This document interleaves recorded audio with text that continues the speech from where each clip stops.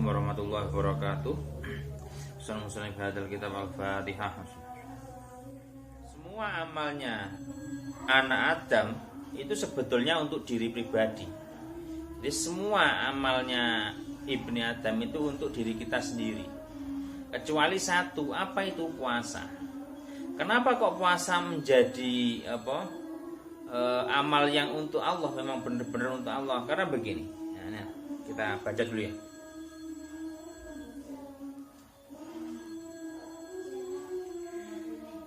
Li anna saumin ya. Krana sak temene poso iku siri atau rahasia. Laisa ora ana fihi ing dalem saum iku amalan amalin amal ya. Bisyahadat ya. Bisyahadat lahu ya. Kang den sekseni ya lahu maring amal ya. Asaira taat kelawan taat. Wali anasir ya lan wali annahu lan sak temene poso iku sirun rahasia la yarahu ora ningali ing poso sapa adun wong suwiji illallahi taala angin kejaba Allah taala.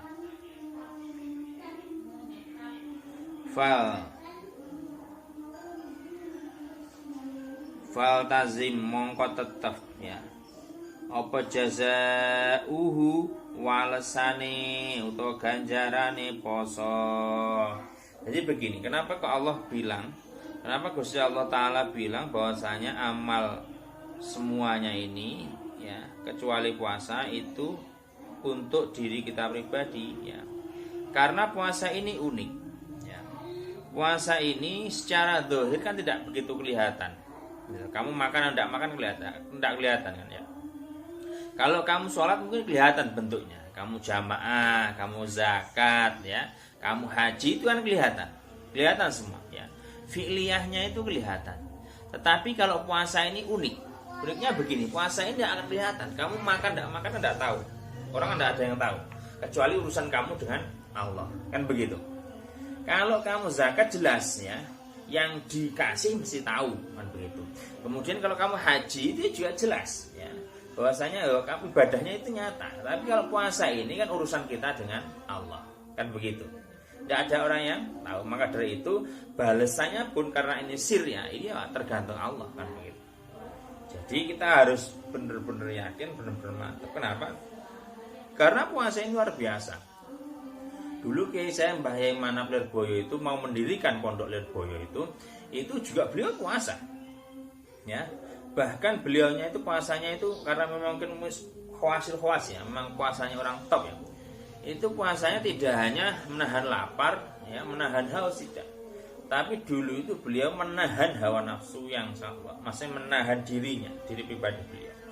Beliau itu kalau berbuka ya secukupnya itu maksudnya begini. Jadi hal-hal yang disenangi itu malah tidak beliau makan.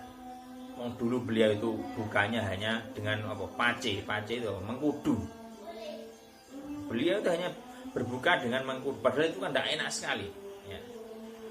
Tapi karena itu adalah salah satu cara untuk menekan, melawan hawa nafsunya sendiri kan begitu. Karena nafsu itu kan mendorong kita untuk hal-hal yang nikmat, enak, urip enak begitu, itu kan nafsu. Tetapi beliau menekan itu.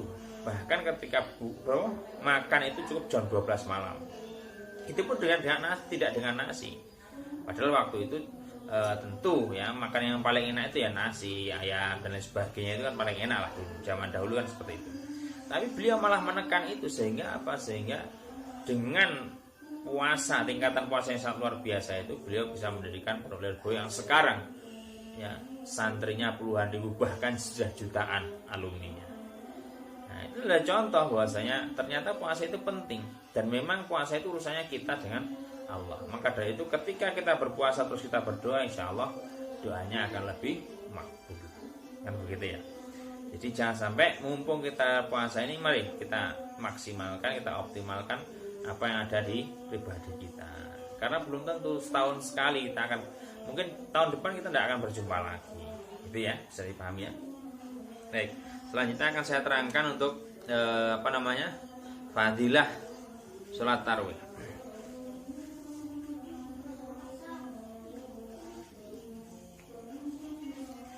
Ini diceritakan dari Sayyidina Ali ya. Ana Ali bin Abi Thalib radhiyallahu ta'ala anhu anna saat menikah Sayyidina qala tausu ilan Nabi alaihi salatu wasalam an fadailit tarawih fi syahri Ramadan. Langsung ya. Wa fil lailatis samaniyah ya.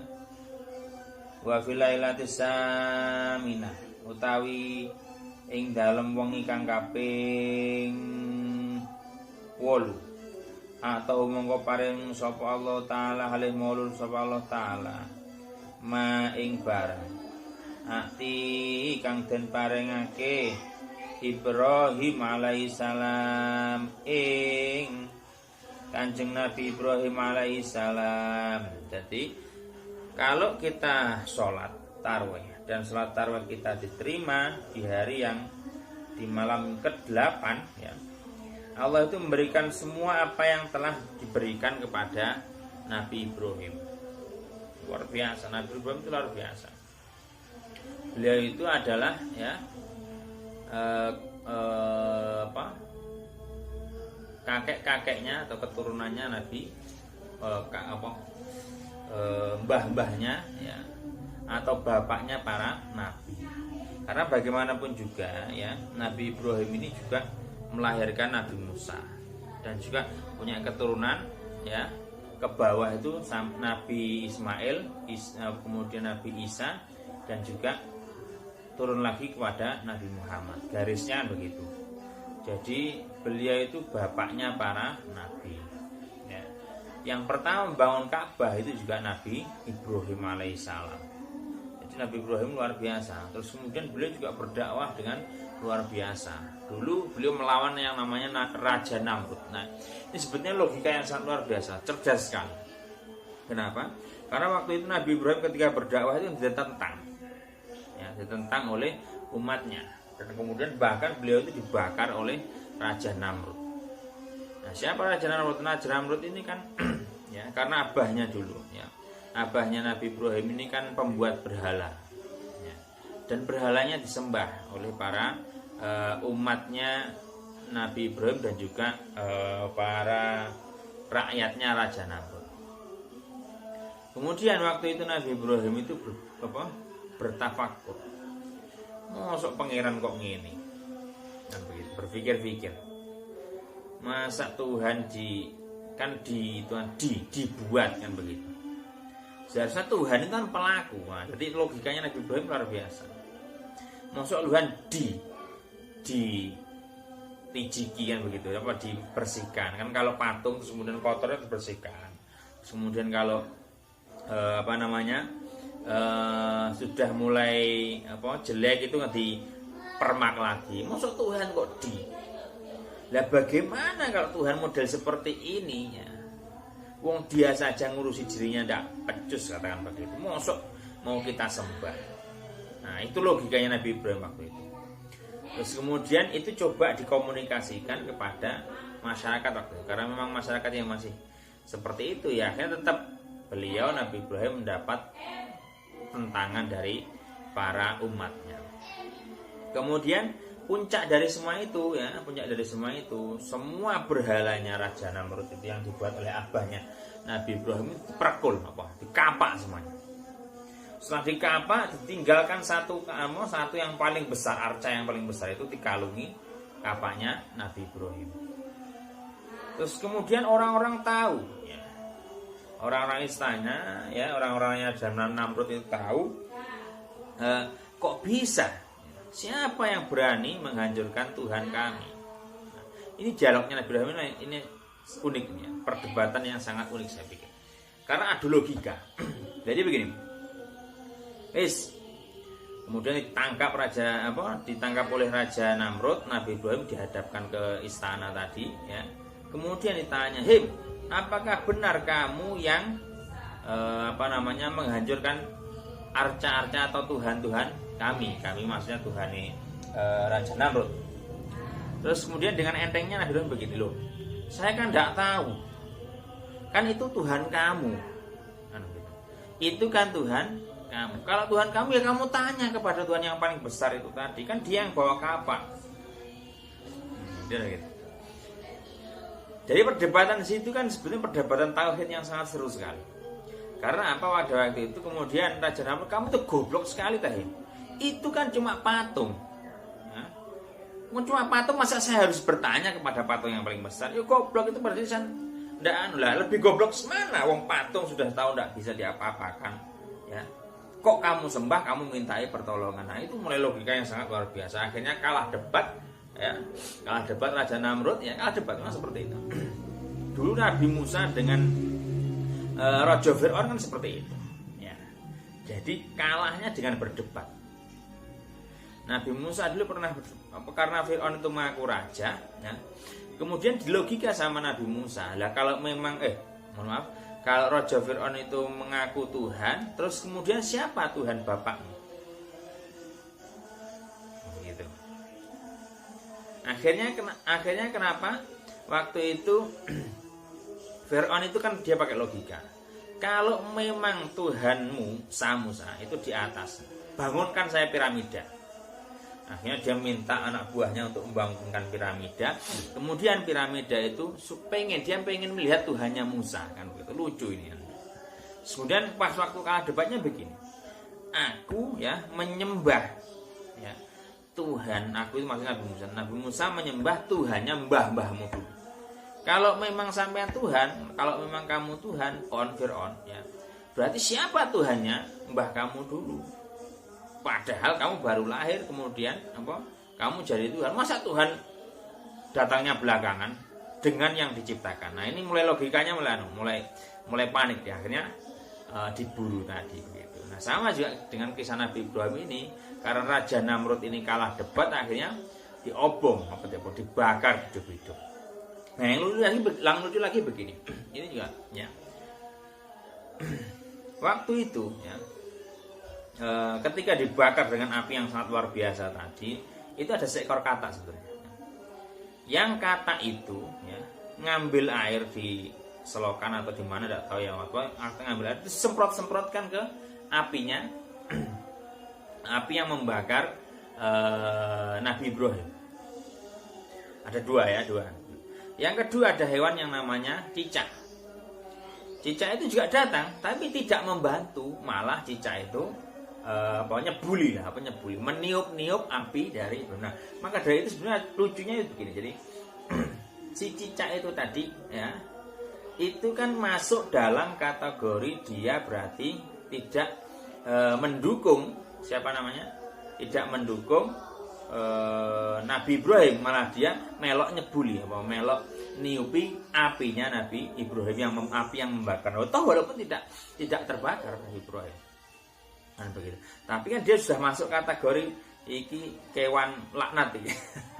Makanya dulu Siti Aisyah, istrinya Kanjeng Nabi itu sering membunuh cicak. Kenapa? Karena itu. Karena cicak itu dianggap ya, memang dianggap ya. Cicak dan keturunannya tentunya ya. Itu dia pernah tadi mendukung pembakaran Nabi Ibrahim. Katak ya, walaupun dia memang kecil terus kemudian tidak memungkinkan, tapi dia sudah berusaha untuk nolong Nabi Ibrahim walaupun dengan hanya menyemburkan air dari mulutnya. Jadi dia ambil air, semburkan lagi. Itu walaupun tidak menolong, tapi kan sudah masuk kategori yang bagus. Maka dari itu memang tapi jangan jadi sunnah loh ya, jangan jadi sunnah. Mentang-mentang Siti Aisyah sering bunuh cicak, kamu jangan begitu. Ini hanya cerita saja bahwa dulu memang ada beberapa makhluk yang terlibat seperti itu. Nah, mungkin kamu pernah dengar cerita kenapa kok cicak itu harus dibunuh dan lain sebagainya. Itu sebetulnya dulu itu memang ada kisahnya seperti itu. Jadi waktu Nabi Ibrahim dibakar, ya, itu cicak itu nyebuli atau meniupi apinya Nabi Ibrahim. Ya, walaupun itu tidak membantu tambah besar, tapi kan tetap itu tidak mendukung, artinya bahwa dia mendukung Raja Namrud kan begitu. Baik. Nah, kamu kalau sholat tarawihmu itu diterima di malam yang ke-8 ini, berarti Gusti Allah itu memberikan apapun yang sudah diberikan kepada Nabi Ibrahim. Luar biasa. Tapi ingat bahwasanya sholatnya juga harus diterima. Saya ulang lagi ya. Wa fil lailatis tasiyah, ing dalam wengi kang kaping 9. Fakaan nama mongko kaya man wa Abdullah kawan Gusti Allah taala hale maulur sapa Allah ibadatan ya. Kaya oleh ibadah sapa man Nabi ibadah Kanjeng Nabi alaihi salatu wassalam. Maksudnya begini. Jadi kalau kamu sholat tarawih dan sholatmu diterima, maka seakan-akan ya kamu itu beribadah kepada Allah ya seperti ibadahnya Nabi Muhammad Shallallahu Alaihi Wasallam. Ibadahnya Nabi Muhammad Shallallahu Alaihi Wasallam ini sangat luar biasa. Kenapa? Karena Nabi Muhammad Shallallahu Alaihi Wasallam ya tentunya ini adalah manusia yang paling baik. Nah, kalau manusia yang paling baik tentunya ibadahnya pun juga akan sangat mudah diterima. Maka dari itu mari ya kita benar-benar umatnya Kanjeng Nabi itu yang katanya khairu ummah ini kita buktikan dengan cara apa? Dengan cara bahwasanya kita itu harus mampu ya, mencontoh semua yang diajarkan oleh Kanjeng Nabi. Ya kalau tidak bisa semua ya sebagian lah. Kalau tidak sebagian seperempat. Kalau tidak bisa semua ya minimal 1, 2, 3 ya pelan-pelan ya kita kita contoh. Kenapa? Karena memang pahalanya ini sangat luar biasa. Ya, semua amalan yang ada di bulan suci Ramadan ini pahalanya sangat luar biasa. Maka dari itu mari mumpung kita masih diberikan umur, ayo kita benar-benar memanfaatkan. Kita benar-benar memberikan kontribusi penuh yang mengisi bulan Ramadan ini dengan hal-hal yang positif. Jangan sampai ya kita setelah melewati madrasah Ramadan ini kita tetap atau pancet atau mabni lah bahasanya. Pancet tetap seperti ini. Nah, kita tidak boleh. Nah, seharusnya kita harus lebih baik lagi dan terus menjadi orang yang paling baik yang menjadi puncaknya itu khairul ummah. Jadi mendapat gelar yaitu umat terbaik. Dulu ya, sekian dari saya. Wallahu a'lam bishawab. Assalamualaikum warahmatullahi wabarakatuh.